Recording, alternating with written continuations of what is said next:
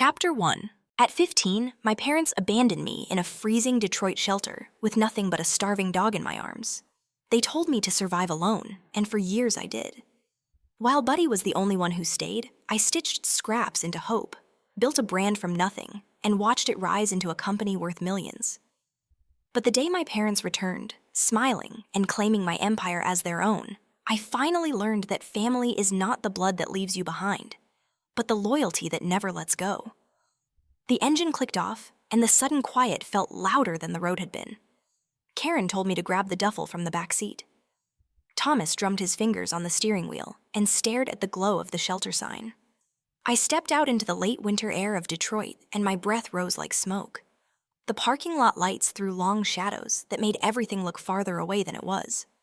Buddy shivered against my hoodie, a bundle of ribs and trust, and I tucked him closer to my chest. The front door buzzed when I pushed it.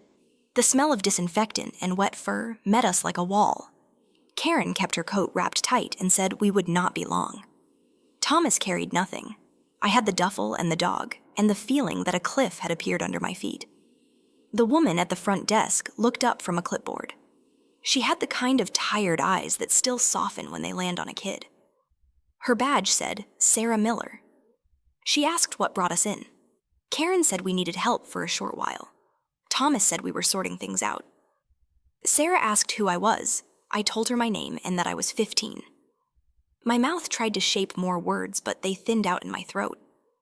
Buddy licked my wrist, and it steadied me enough to answer the next question. Did I have anyone else to stay with? I said no. Do I go to school? Yes. What grade? 10th. Sarah nodded as if she were stacking facts into a neat pile that might save us later. She asked if the dog was mine. I said yes, and felt the heat shoot into my face because ownership is a big word when everything else is borrowed. She led us into a small office with a metal desk and a hard chair that squeaked when I sat down. Karen stayed standing. Thomas checked the time on his phone again and again. Sarah asked for identification. I handed over a worn school ID, and Karen gave a sigh that sounded like a door closing. Sarah copied down our names. She asked if there was a temporary plan. Karen said we were in a difficult season. Thomas said work had shifted. None of it meant anything, and all of it was dressed up to look like something. Sarah explained what the shelter could do. Overnight beds for emergencies. Contacts for youth services. A food pantry. She said there were forms and that the county would need to know that I was safe. She looked at Karen when she said that word and let it hang between them. Karen said of course. Thomas said we appreciate it. Sarah looked at me instead of them and asked if I felt safe. I felt Buddy breathe against my arm and said I would be as long as he stayed with me. Sarah nodded again and wrote that down too. She brought out a plastic bin with a towel and a small bowl and set it in the corner for Buddy. He curled into it like it had been waiting for him. The sound of barking rose and fell in the hallway outside. Not wild, more like a tired chorus. A volunteer passed the door holding a stack of blankets. A boy about my age followed with a mop bucket. Everything inside the building moved with a rhythm that said people had been afraid here before and had survived. Sarah asked if we needed a minute as a family.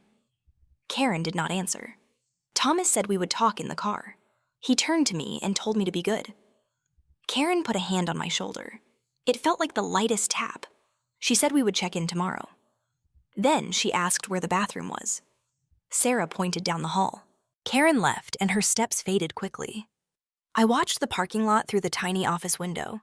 I tried to count to 10 and then to 20, like a teacher once told me to do when a panic attack crept up. The car doors opened. Headlights jumped to life and swept over the wall. The engine turned, backed up, and drove away. The taillights narrowed and vanished at the end of the street.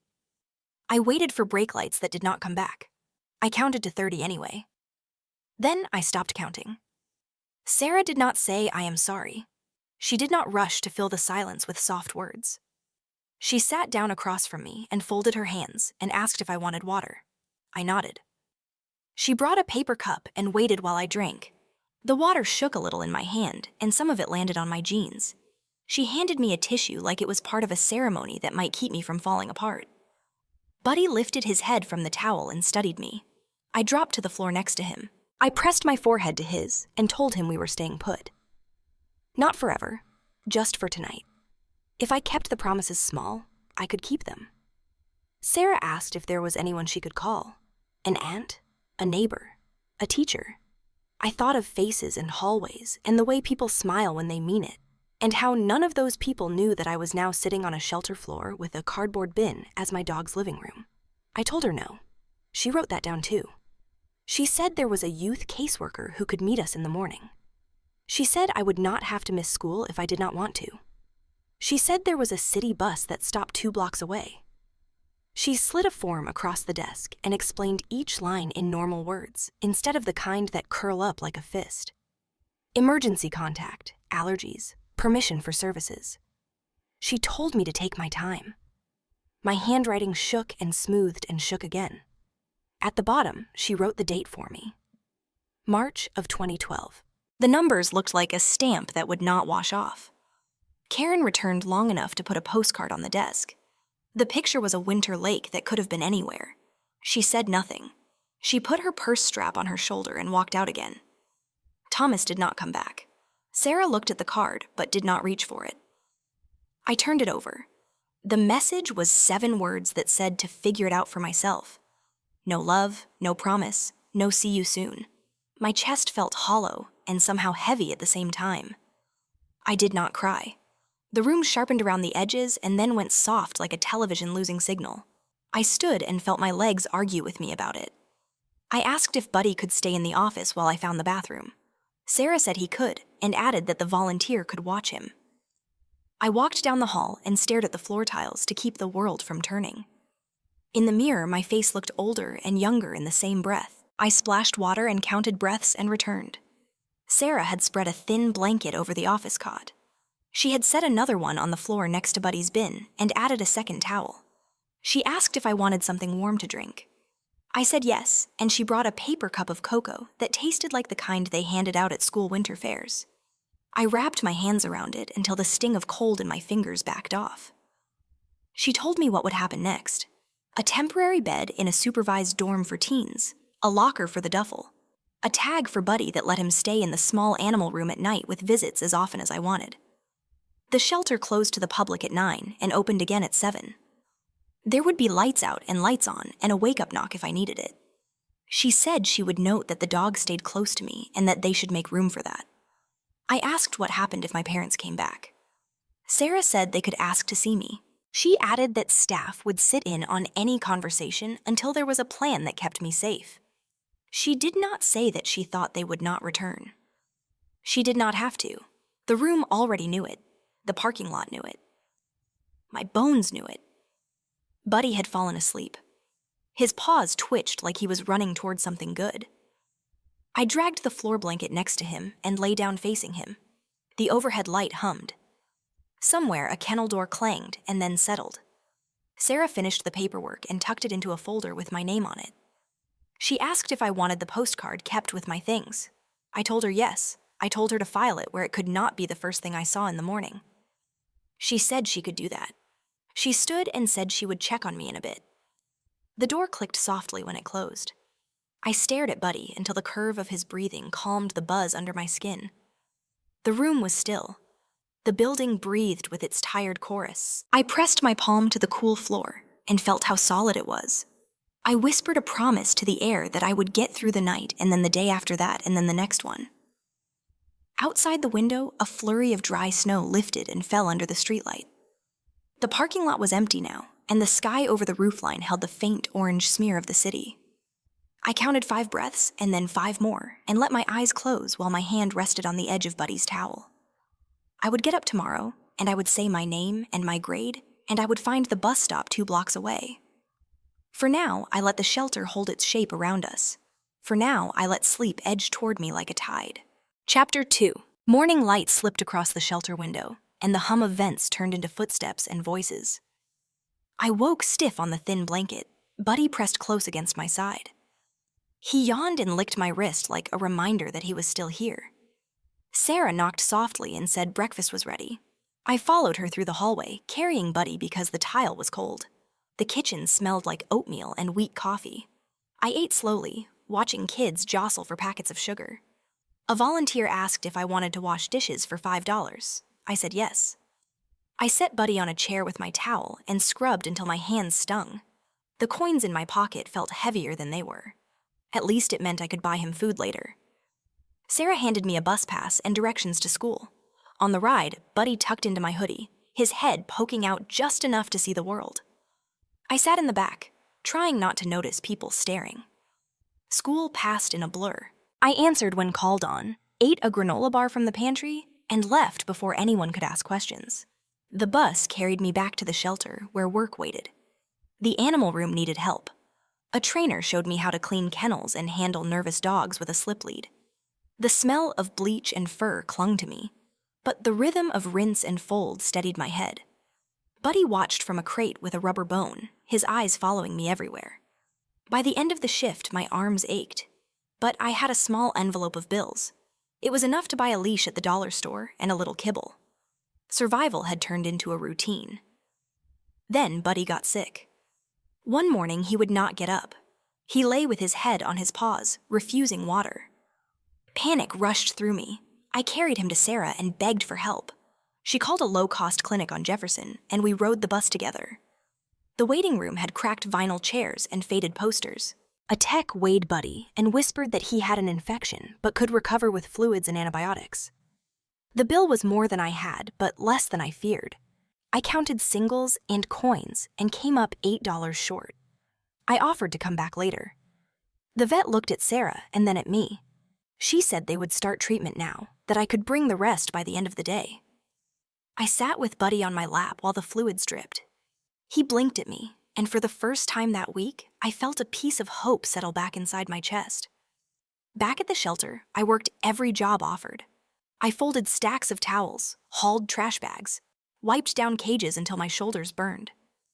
By late afternoon, I had the $8 plus a little more. I walked it back to the clinic, slid it across the counter, and asked them to mark the bill paid. The receptionist stamped the paper and smiled.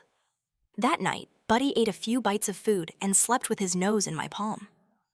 Relief nearly knocked me over. Sarah found me in the hall and asked if I had thought about what came after high school. I said the future was a luxury. She shook her head and told me about community colleges that offered programs for kids who had grit more than money. She said some high schools even partnered so students could earn credits early.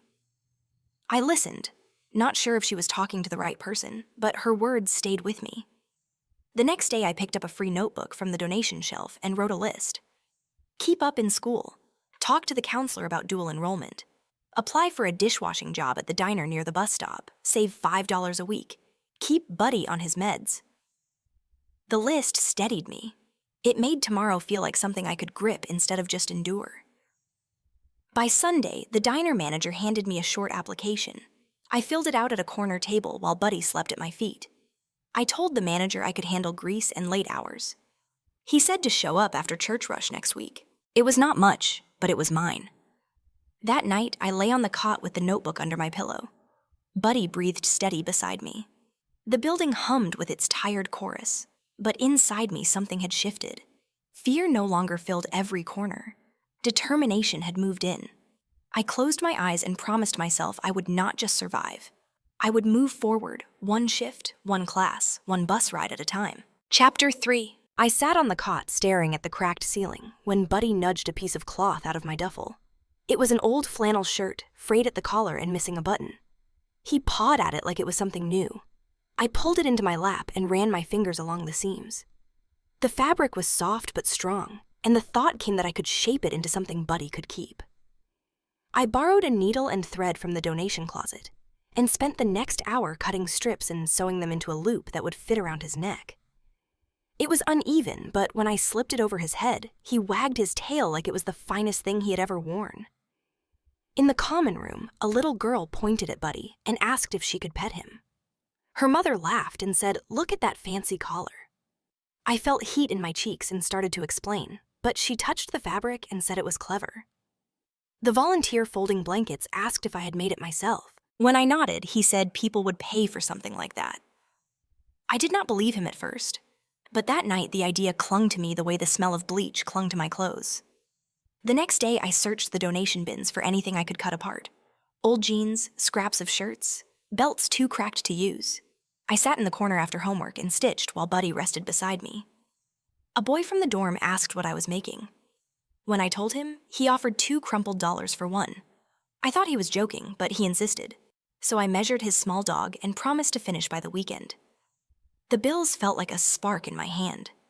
It was not much, but it was the first time someone saw worth in something I created.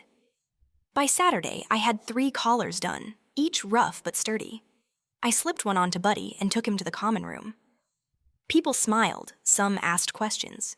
And by evening, I had another request. Sarah noticed too. She told me that creating things can open doors I did not even know existed. I shrugged, pretending it was nothing, but inside I felt a lift that I had not felt in months.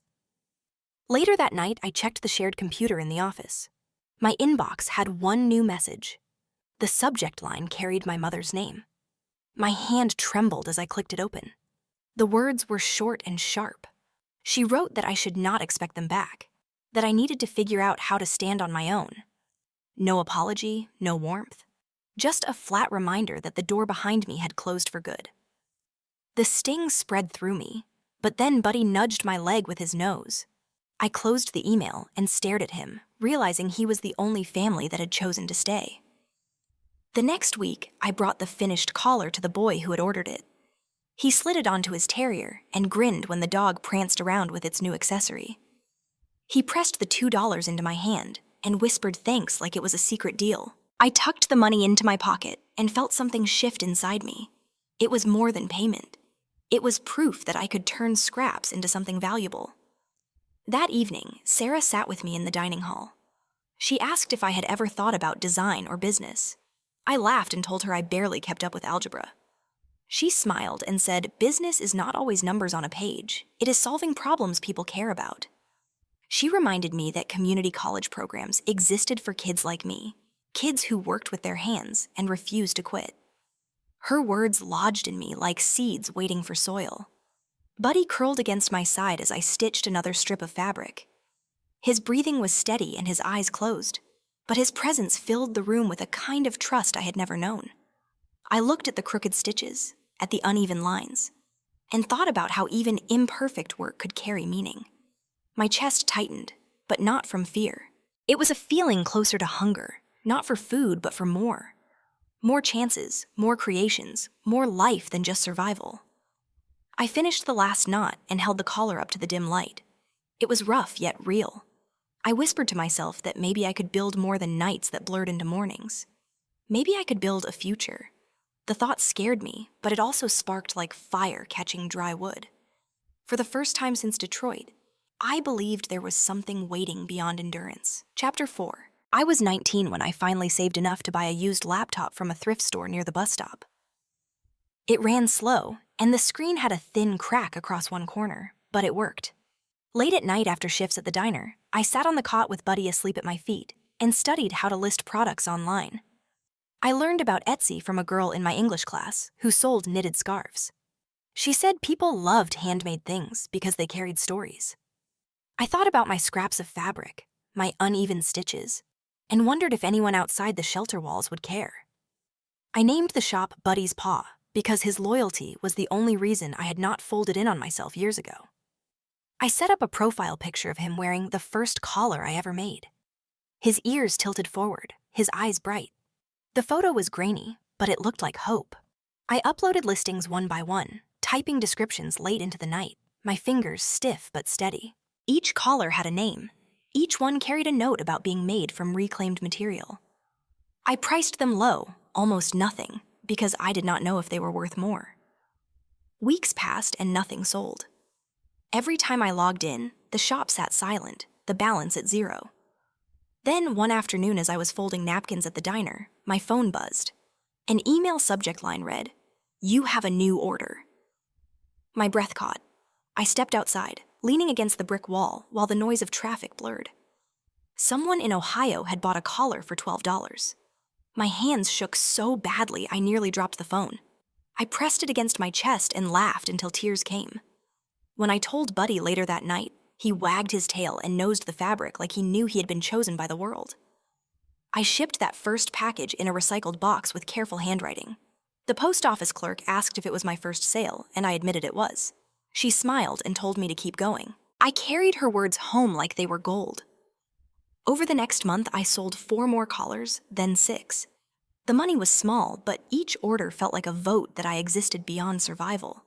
I began to dream of buying a better machine, more fabric, maybe even renting a small corner at a flea market. I walked into a downtown bank one afternoon with Buddy at my heel and a folder of printouts. The teller directed me to a loan officer.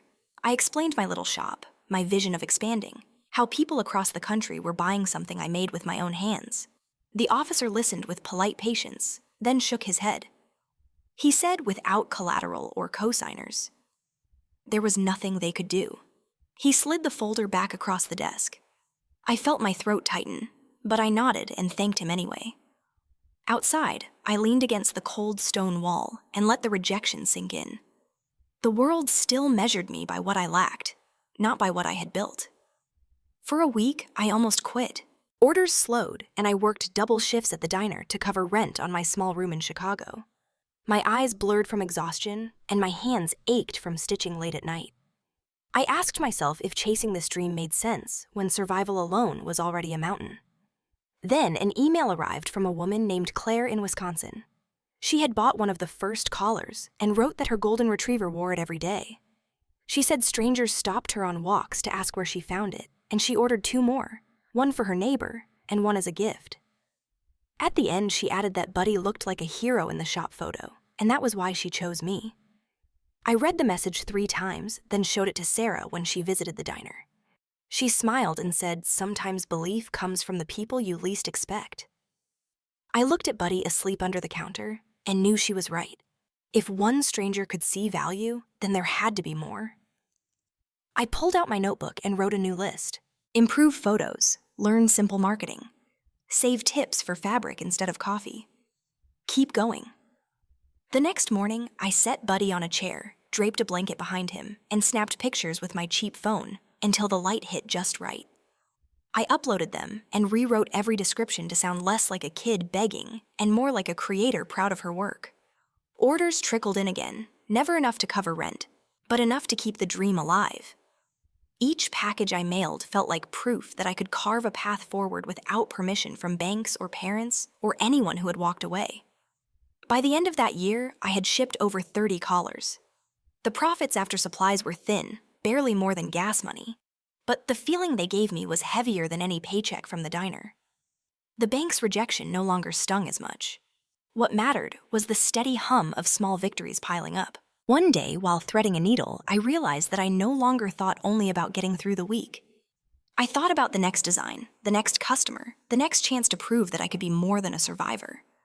I looked at Buddy curled beside me and whispered that we were not done, not even close. Chapter 5. By 2019, I had outgrown the corner of my rented room and the piles of fabric that swallowed every chair. With a small line of credit finally approved, I signed the lease on a drafty warehouse on the south side of Chicago. The brick walls sweated in summer and froze in winter, but to me, it felt like the first real headquarters of Buddy's Paw. I bought 2 battered sewing machines from an auction and set up rows of folding tables. Buddy trotted across the concrete floor as if claiming the space for us both. I could not do it alone anymore. I hired 3 part-time workers from the neighborhood and 1 full-timer, Olivia Brooks, who came recommended by a friend from the diner. Olivia was 27, sharp-eyed, and quick with her hands. She had opinions on everything, from fabric quality to marketing slogans. At first, I liked her confidence, but soon it scraped against mine. One Tuesday, we argued over a batch of collars that had come out crooked. I said we had to remake them before shipping. Olivia said customers would not notice and we could not afford the delay. I slammed my palm against the table harder than I meant to. I told her Buddy's Paw was built on trust, and if we sent sloppy work, we would be no better than the mass-produced junk in pet stores. She crossed her arms and said idealism would not keep the lights on. The room went quiet except for the hum of the machines. I walked away before my voice broke. That night I stayed until dawn, re-sewing every piece myself while Buddy slept in a pile of fabric scraps. My fingers bled, but when I sealed the last box, I felt sure I had done the right thing.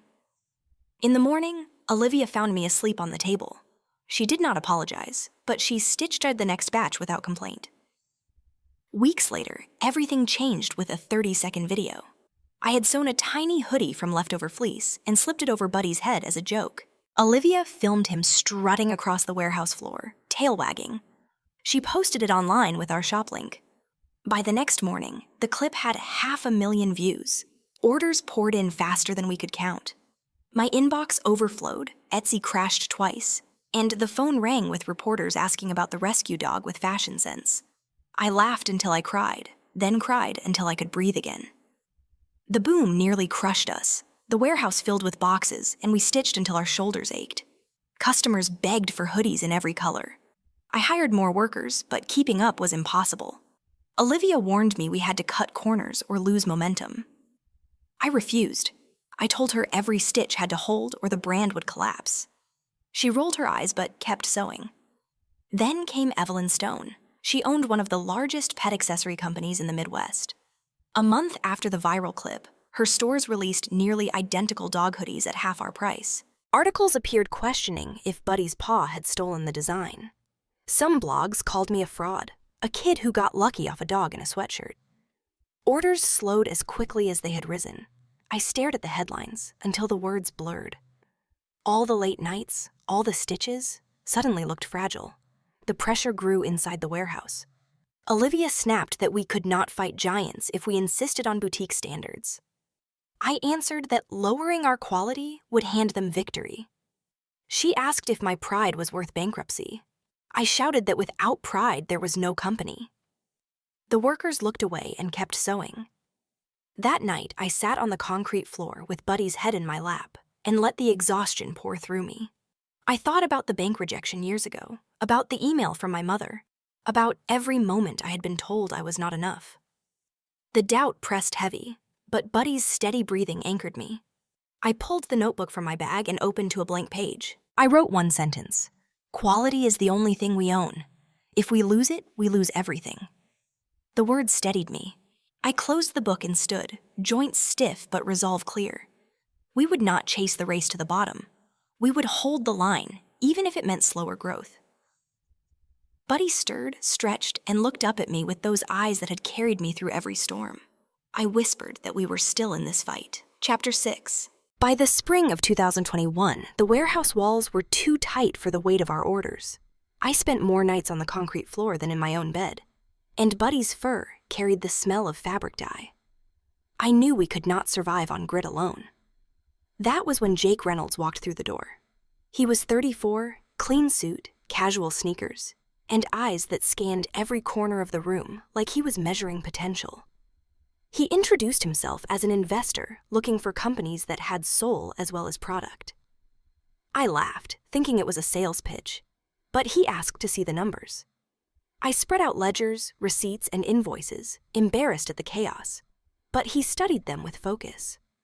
When he finally looked up, he said he saw something rare, a brand with authenticity. He offered to put in capital for expansion, but only if I promised to hold on to the quality that made Buddy's paw matter. I agreed without hesitation. With Jake's support, we opened 2 small stores in Chicago and Milwaukee. Customers walked in because they had seen Buddy in that viral hoodie. They stayed because every stitch held. For the first time, shelves filled faster than they emptied. The buzz reached a young reporter named Sophia Carter. She called and said she wanted to write a profile. I almost declined, afraid of the spotlight, but she insisted people needed to hear how a kid from a shelter built a company. A week later, her piece titled, "From Shelter to CEO," appeared in the Tribune. My phone exploded with messages. Old classmates, customers, even a teacher who once gave me bus tokens, all sending notes of pride. I read the article out loud to Buddy, and he wagged his tail like he understood every word. Success brought new shadows. Evelyn Stone was not finished with me. Her company released a press statement accusing me of fabricating my past, claiming the shelter story was a marketing stunt. Some blogs picked it up and called me a fraud. Orders dipped. Customers wrote messages asking if the story was true. I felt my throat close as I scrolled through the accusations. The doubt clawed it, threatening to erase the years of work. Olivia tried to reassure me, but I could see her own uncertainty in the way she avoided my eyes. Then Sophia called. She said a good journalist verifies before she writes, and she had already spoken with Sarah Miller, the social worker who took me in at 15. Sarah still remembered the night I arrived with Buddy in a duffel bag. She had records, case files, even the intake form with my shaky handwriting. Sophia said she was publishing a follow-up, not just defending me, but dismantling the lies Evelyn had spread. When the piece went live, it silenced the rumors. Customers returned, louder than before, angry that someone had tried to erase the truth. I decided it was time to protect more than my story. With Jake's help, I filed for trademarks and registered our designs. Our lawyer, David Kim, drafted a cease and desist letter to Evelyn's company for their copycat products. Within weeks, she pulled them from shelves, the first time I had ever seen her retreat. The victory was small in dollars, but massive in meaning. For once, the law stood on my side instead of blocking me out. That night, I walked through the Chicago store after closing. Shelves were neat, the register drawer heavy with sales. Buddy sat on the counter, his head tilted like he was waiting for my verdict. I picked him up and whispered that we had won something bigger than sales. We had proved that truth and quality could hold against money and lies. My chest eased for the first time in months. In the weeks that followed, sales climbed again, fueled by Sophia's articles and the growing trust of our customers. Jake pushed for more stores, and Olivia suggested a training program for staff to keep our standards consistent. The team felt like a real company now, not just a dream stitched together in a shelter. Still, I carried the scars of doubt. Each headline, each whisper of fraud, lingered in the back of my mind. But when I saw Buddy greeting customers at the Milwaukee store opening, wearing his original crooked collar, I knew why we fought. Not for money alone, but for the promise that loyalty and perseverance could build something no one could steal. That night, I locked up the new store and stepped into the cool air. The city buzzed around me, but inside I felt a quiet triumph. For the first time, the fight was not just survival. It was victory, carved out in stitches and trust, and it was ours to keep. Chapter 7. By spring of 2023, our stores smelled like fresh cotton and coffee, and the hum of customers felt like a low tide that never went out. Jake ran projections on a whiteboard, and the numbers climbed like a staircase. Sophia stopped by with a camera crew for a follow-up piece, and filmed Buddy greeting a line of kids on the floor. David Kim finalized filings I barely understood. When the bankers began using words like roadshow and listing, my stomach flipped between thrill and fear. I was 26, and my name was on documents that would set the value of Buddy's paw for the world to judge. The day the bell rang and our ticker flashed green, I watched the screen as if it were a sunrise. The number landed at 250 million, and I felt light and heavy at the same time. I pressed my forehead to Buddy's and told him without words that we had made it to a shore I did not know existed when I was 15. The congratulations poured in. Customers sent photos of dogs in our collars, lined up like a parade. Old teachers wrote notes that made my chest ache in a good way. Olivia organized a small party in the back of the Chicago store with sheet cake and plastic cups. Jake clinked a glass and said the quiet part out loud. We had done this by refusing to cheat. I looked at the team that had carried me and tried to fix the picture in my mind so I would never forget it. 2 days after the listing, I received a message that made my hands go cold. It was from a number I did not recognize, but the names inside hit me like a car door. Karen and Thomas Parker were in town and wanted to meet. They had seen the news and wanted to apologize in person. The words were simple and polite. They ended with a line about family being forever. I stared at the screen until the letters lost shape. For years I had rehearsed speeches I would give if they ever came back. In none of those rehearsals did my voice come out steady. I showed the message to Jake, and he asked if I wanted him in the room. I said no. I needed to see them with my own eyes, without anyone to translate what it meant. We met in a quiet corner of a hotel lobby near the river. They looked smaller than I remembered. Or maybe I had simply grown into my bones. Karen wore a soft sweater and the face she saved for polite company. Thomas kept adjusting the cuff of his jacket as if his hands could not find a place to rest. I sat with Buddy at my feet and waited. Karen said she had made mistakes and that she carried the weight of them every day. Thomas said life had been harder than they expected, and that people do what they can to survive. Karen reached for my hand and told me that blood is thicker than the mistakes that separate it. I felt the old ache open like a trap door, and I held the edges of my chair to keep from falling through. I did not answer at first. I watched Buddy lift his head and lay it back down like he knew the room needed a different kind of quiet. I asked why now. Karen said she had followed the news and could not bear the idea of missing her daughter's success. Thomas said he wanted to make things right. The words floated toward me, shaped like regret, but thin. I heard neither the detail of memory nor the language of true repair. I asked what making things right looked like to them. Karen said we could start by being seen together. Thomas said people love a reunion. My skin prickled. 2 mornings later, an email came to the company media inbox. Our comms assistant forwarded it with 3 question marks. The subject line mentioned a primetime special. The producer wrote that they had been in touch with my parents about a possible family reunion episode centered on my story. They described a scene of surprise hugs and tears, the camera panning to Buddy, the caption about forgiveness. They said audiences love redemption, and that sponsors had already expressed interest if we could confirm my participation. At the bottom was a list of fees and a proposed timeline that began next week. I read the message twice and then a third time, slower, making sure I was not inventing the parts that cut the deepest. The language was cold with excitement. It spoke of ratings and segments and deliverables. It used my name like a prop. It used Buddy like a prop. It assumed I would step into a script that had already been outlined for me by people who did not know what the word shelter felt like at midnight in March. I walked into Jake's office and placed the phone on his desk without speaking. He read, and his mouth pressed into a hard line. He asked if my parents had mentioned this when we met. I shook my head. He asked what I wanted to do. I said I needed to know whether this came from them or if someone had built a show around us without asking. He told me to forward it to David and to let him handle any replies. I nodded and left because I could not sit still inside the walls of that room. I took Buddy to the lake and walked until the wind turned my cheeks raw. He trotted close to my leg the way he did when a crowd made him uneasy. I thought about the hotel lobby and the way Karen's eyes had softened on cue. I thought about the word family and how it had been held in front of me like a card I was supposed to draw. I thought about the night at the shelter when Sarah asked if I felt safe. Safe had never included my parents, and no headline could make that untrue. Back at the office, Sophia called. She had heard whispers about a reunion special and wanted to confirm. I told her I had nothing to announce.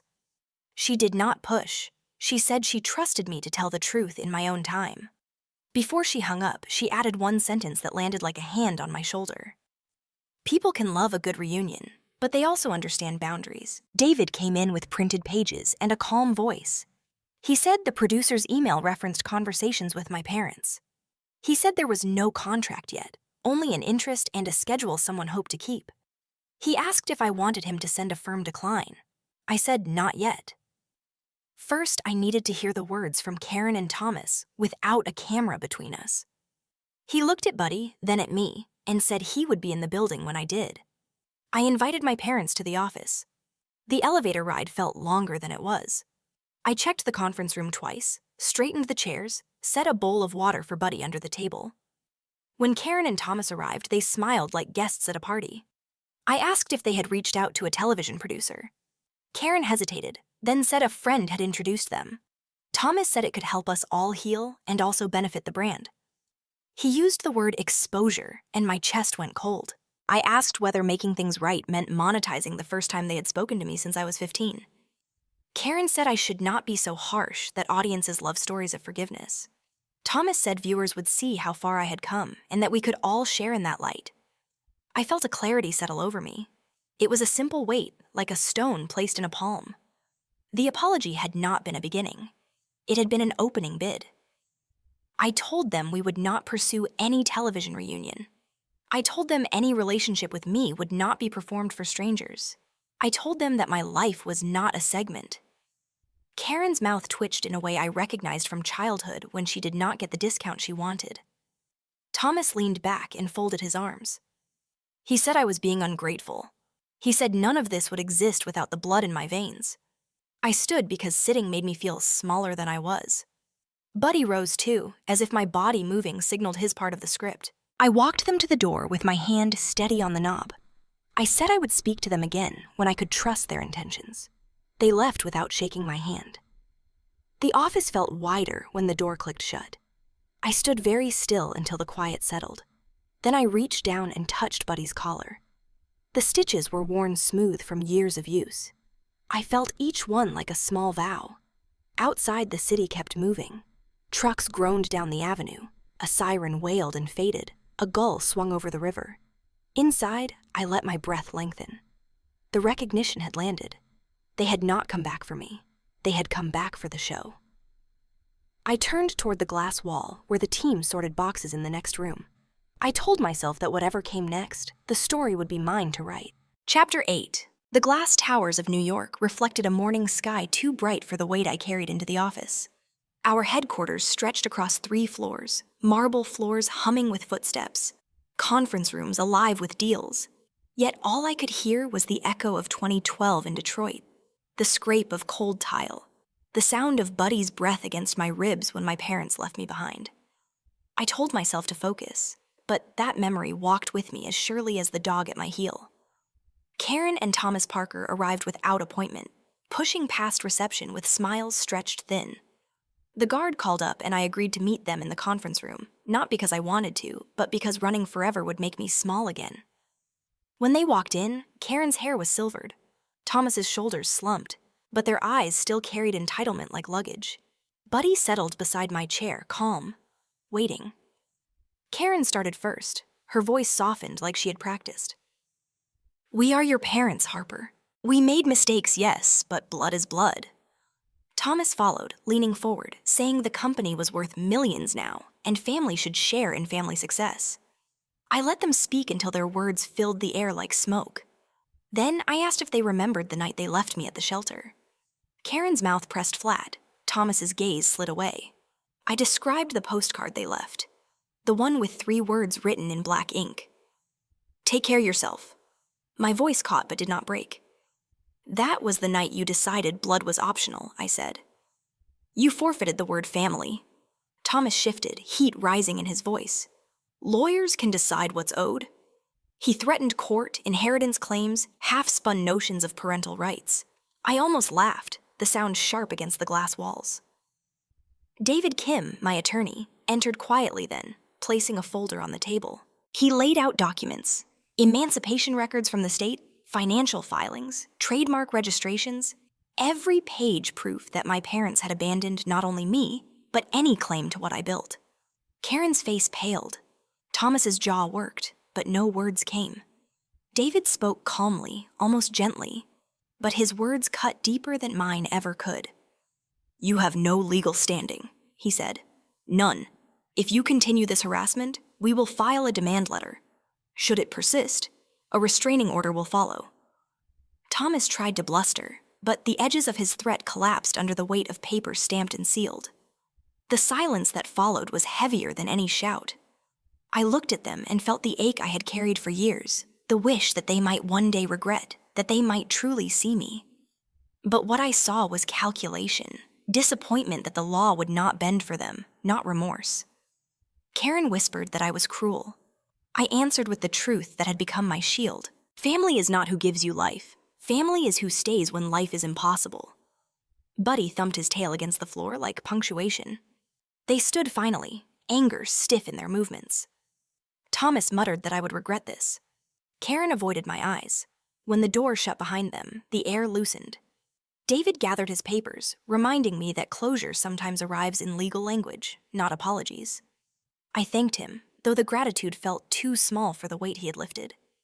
I stayed in the room after they left, staring at the city beyond the glass. Taxis streamed like veins of gold. People hurried with coffees and briefcases. The world moved forward regardless of what had just cracked behind a closed door. Buddy leaned against my leg, steady as ever. I rested a hand on his collar, the stitches worn smooth. My throat tightened, but not from weakness. It was the clarity of knowing that the past had no more claws in me. I whispered into the quiet. Family is chosen. Then I stood, ready to step back into the company I had built, the life that was mine alone, the story no one else could rewrite. Chapter 9. New York smelled like rain and hot metal the morning we set up the anniversary stage. 2 years since the ticker flashed our name and turned my life into something measurable. 2 years of stores opening and shipments moving, and nights when I still woke to the sound of kennel doors in my head. The atrium at our headquarters was dressed in white lights and green plants, a small platform in front of a wall of photos from the last decade. In the first frame, I was a kid with a thrift store laptop and a dog in a crooked collar. In the newest frame, Buddy sat on a velvet stool like an elder statesman. His muzzle had gone soft gray, his eyes still bright. He leaned against my calf, and I scratched the place behind his ear that always made him lean harder. Olivia ran the rehearsal with a voice that wobbled only once when she tested the teleprompter. Sophia checked camera angles and sound, then tucked her phone away and told me to breathe. Jake asked for one last sweep of the program, and David Kim confirmed the language on the nonprofit paperwork. We had filed for 501c3 status and would operate through a donor-advised fund while the application moved. The foundation would cover medical grants for shelters, transport for rescued animals to new homes, and small business training for teens aging out of foster care. We had built a company from stitches and second chances. Now I wanted to build a net for the kids standing where I once stood. Guests began to arrive. Store managers from across the country, the early employees who stuck through broken machines and back orders, reporters who had followed the story from the beginning. I saw Lisa Monroe step through the doors in a simple navy dress and sensible shoes, the same steady grace she carried in the shelter hallway the night I learned what survival sounded like. We hugged with the kind of gratitude that does not need new words. She bent to rub Buddy's shoulder, and he leaned into her hand, as if he remembered the blanket she tucked around him years ago. The lights dimmed, and the event manager nodded from the back. I walked up the steps, Buddy beside me, and let the applause wash over us. It was warm, but not dizzying. I found the faces I needed in the crowd. Olivia in the front row, eyes already shining. Sophia next to her, calm and focused. Jake and David on the aisle, shoulders square. I did not use the teleprompter at first. I let my voice find its level and talked about work done in small rooms. I talked about the proof that shows up as stitches that do not slip and customers who come back. I talked about the boy in the shelter kitchen who slid me a packet of sugar and the clerk at the post office who told me to keep going. I named people the crowd would never meet and they clapped for them anyway. Then I told them about the foundation. I explained the filing, the donor-advised fund, the first grants already selected for clinics that treat intake animals with no questions, and shelters that build quiet rooms for dogs who panic at noise. I told them about a pilot program we would run with community colleges so kids like me could earn business credits while they learned to make things with their hands. I kept the numbers brief and the promises firm. When I said the word foundation, it landed like a steady footfall instead of a drum hit. This was not a surprise stunt. It was the next thread in a line that began in a cold hallway with a towel and a paper cup of cocoa. I invited Lisa to the stage. She walked up with the same measured pace she used to bring order to rooms full of fear. She thanked the team and said the shelter had always been a bridge, not a destination. She said the new grants would fund a transport van and a part-time counselor for teens who arrived alone with their pets and a backpack. I looked at Buddy, and a bright, clear memory opened. The bin with a towel, the smell of disinfectant, Sarah asking if I felt safe. I did not cry. I let the feeling move through me and settle in my ribs where it could warm the rest of the speech. The program rolled forward. A short video played on the screen behind me, clips of Buddy greeting customers, workers in our warehouse leaning over tables, a shelter dog taking its first calm breath in a quiet room. When the lights came up, Olivia had tears on her cheeks, and Sophia wiped hers with the back of her hand and laughed at herself. The crowd cheered and I let them, then lifted a palm and brought the room back to quiet. I spoke about debt that is not money. I spoke about the kind you repay with presence and action. I told them I'd carried a postcard for years that said, "Take care yourself." I told them that I had, and that tonight I wanted to widen the circle so more kids could take care of themselves and the animals that steadied them. I felt the room lean in as if it could hold the weight of that promise with me. I closed with the words that had been walking toward me all month as I wrote and rewrote the ending. We began on a cold night in Detroit. No one believed, but Buddy believed. And that loyalty built everything you see. I did not need a microphone for the last sentence. It rose out of me without effort and landed in the center of the room. The applause that followed sounded less like noise and more like breath released. After the stage, the atrium filled with the hum of conversation. People lined up to speak to Lisa and sign up to volunteer. A store manager from Phoenix told me about a customer who brought photos of her dog in our first caller to chemotherapy appointments because it made her brave. Jake handed me a glass of water and made me drink it. David slipped a copy of the filed documents into my bag with a grin that said we had followed the rules and made them serve something good. Olivia hugged me and whispered that 13-year-old her would never believe this day. I told her 13-year-old me would have stared and then asked if there were any blankets that needed folding. I saw them near the doorway only because Buddy lifted his head and watched. Karen and Thomas stood at the edge of the lobby in clothes that blended with the crowd. Their faces were unreadable. For a heartbeat, I waited for them to move toward me. They did not. They watched the room, watched me, watched Buddy lean back into my hand. Then they turned and left. No scene, no demand, just the quiet exit of people who finally understood the door was not theirs to open. I let out a breath I did not know I had been holding and scratched Buddy's chest until his eyes closed halfway. The night pressed closer to the windows, the lights in the atrium throwing soft circles onto the floor. The crowd thinned and people drifted toward the elevators in pairs. Sophia came to stand at my shoulder and said the story had found its ending without needing to say the word ending. Lisa waved from the stairs and disappeared into the swirl of leaving. I walked back to the stage with Buddy and sat on the edge so my heels touched the cool marble. The photos on the wall glowed. Kid with a thrift laptop. First order, first store. The day the design papers came back approved. The morning the cease and desist landed, and we realized we could push back. A shot of Buddy in that ridiculous hoodie moving across a warehouse floor that had felt like the world. I rested my hands on my knees and listened to the building settle. I thought of the line between 15 and 29, long and thin and stronger than I knew. I thought of what the foundation would become in hands I had not yet met. Someone dimmed the lights another notch, and the atrium warmed to a hush. Buddy sighed and set his head on my knee, heavy and familiar. I did not feel small or chaste or unfinished. I felt placed. I felt ready to carry what the night had asked me to carry, and to set down what was not mine. The city kept moving outside, a soft ribbon of sound, and I stayed where I was until the last guest had gone and the room returned to stillness. The lights in the atrium had dimmed, and most of the guests were gone. I stayed behind on the stage, Buddy resting his head against my arm, his breathing slower now, years heavier in his chest. The photos on the wall glowed faintly, a reminder of how far a thread of loyalty could stretch when nothing else remained. I held him close and let the quiet settle.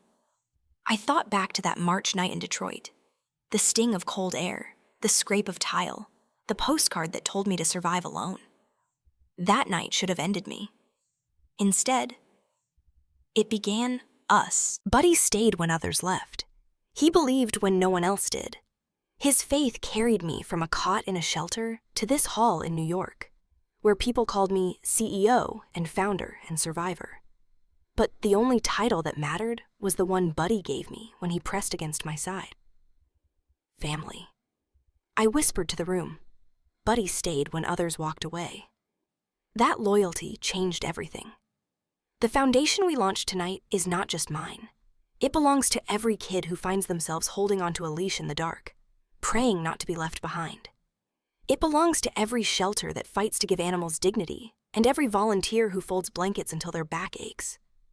It belongs to everyone who knows what it means to build from scraps and faith. If you are listening now, you can be part of that circle. Adopt when you can.